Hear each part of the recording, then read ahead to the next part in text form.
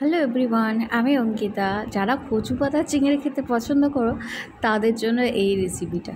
কিছুই না, আমি এখানে চিংড়ি মাছগুলো কালো জিরে দিয়ে ভালো করে ভেজে রেখেছি। ভালো করে তো ভাজা যায় না, বেশি ভাজলে পরে ওটা পুরো ছিবড়ে হয়ে যায়। যাই হোক, তো এখানে কচু পাতাগুলো আমি শির ছাড়িয়ে পুরো নুন আর লেবুর রস দিয়ে ভাপিয়ে নিয়েছিলাম। লেবুর রস দিতেই হবে, কারণ কচু গাছ আর কচু পাতা একটুখানি গলা চুলকোনোর মতন ব্যাপার থাকে, তো সেই কারণে একটু লেবু দিলে পরে এটা কেটে যায়। তো তারপরে এখানে সেদ্ধ করা হয়ে গেলে এটাকে ভালো করে জল ঝরিয়ে নিয়ে একদম মিহি পেস্ট করতে হবে। সেটা তুমি মিক্সিতে করতে পারো, মিক্সিতে করলেই এটা সব থেকে ভালো হয়। না হলে যাদের নেই তারা শিলনোড়াতে বাটতে পারো। তো তারপরে কিছুই না, তেলের মধ্যে একটুখানি সর্ষে তেল গরম করে এটা ভালো করে ভাজতে হবে, যতক্ষণ না এই জায়গাটা থেকে পুরো শুকনো শুকনো হয়ে যায়। কিন্তু এটা বুঝতে হবে, এটা কিন্তু পরে তেল দিতে দিতে এটাকে ভালো করে ভাজার প্রসেসটা করে নিতে হবে। তোমরা দেখতেই পাচ্ছ, এই যে একটুখানি ভাজা হয়ে যাওয়ার পর এবার নারকেল কুড়োনোটা এখানে দিয়ে দিতে হবে।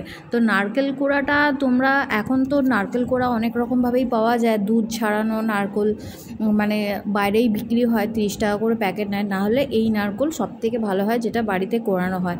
তার সাথে অল্প করে পোস্ত বাটাটা তুমি দিয়ে দিতে পারো।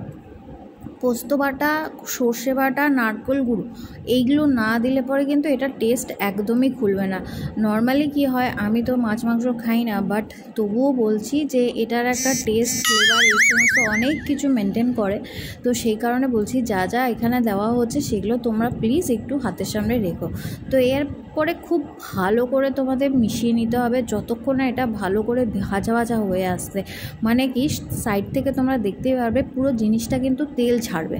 এবার হচ্ছে এই সময় ভালো করে ভেজে নিচ্ছি আমি, দেখেই নিতে পারছো।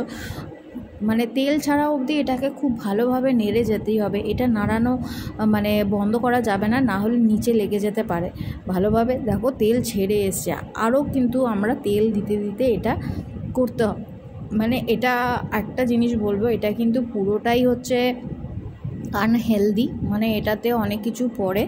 এখানে তেলের অংশটা একটুখানি বেশি না হলে পরে এটা খেতে একদমই টেস্ট আসে না। তো এখানে ভাজা হয়ে গেছে, ভালো মতন তেলও ছেড়ে দিয়েছে। এরপর আমি চিংড়ি মাছ আর এখানে সর্ষে বাটাটা দিয়ে তার সাথে সাথে কাঁচা লঙ্কা বাটা, নুন, চিনি আর সামান্য পরিমাণে হলুদ গুঁড়ো দিয়ে দেবো। এখানে আমি দই ইউজ করিনি, কারণ নর্মালি যদি একটুখানি সর্ষের সাথে অল্প সামান্য হাফ চামচের মতো দইও মেশানো যায় না, এটা খেতে কিন্তু আরও টেস্ট লাগে। তো দেখো, এইটা হচ্ছে ফুল, এটা হচ্ছে দেখতে এরকমই হবে। এবার হচ্ছে এটা কিন্তু পুরো কমপ্লিট হয়ে গেছে। এটা যতক্ষণ না এই রকম জিনিসটা আসছে ততক্ষণ তোমাদেরকে ভালোভাবে করে নিতে হবে। তো দেখতেই পাচ্ছ, তো এটা তোমরা বানিয়ে আমাকে শেয়ার করো, জানিও তোমাদের এই জিনিসটা কেমন লেগেছে। কারণ নর্মালি এটা হচ্ছে আমার হাজব্যান্ডের রেসিপি, ও এইসব খেতে খুবই ভালোবাসে। ব্যাস, এটা মাখা মাখা হয়ে গেছে, এবার এটাকে নামিয়ে নেবে। তো সবাই ভালো থাকবেন, সুস্থ থাকবেন। আশা করি আমার ব্লগগুলো আপনার ভালো লাগছে, তো আমার পাশে থাকবেন।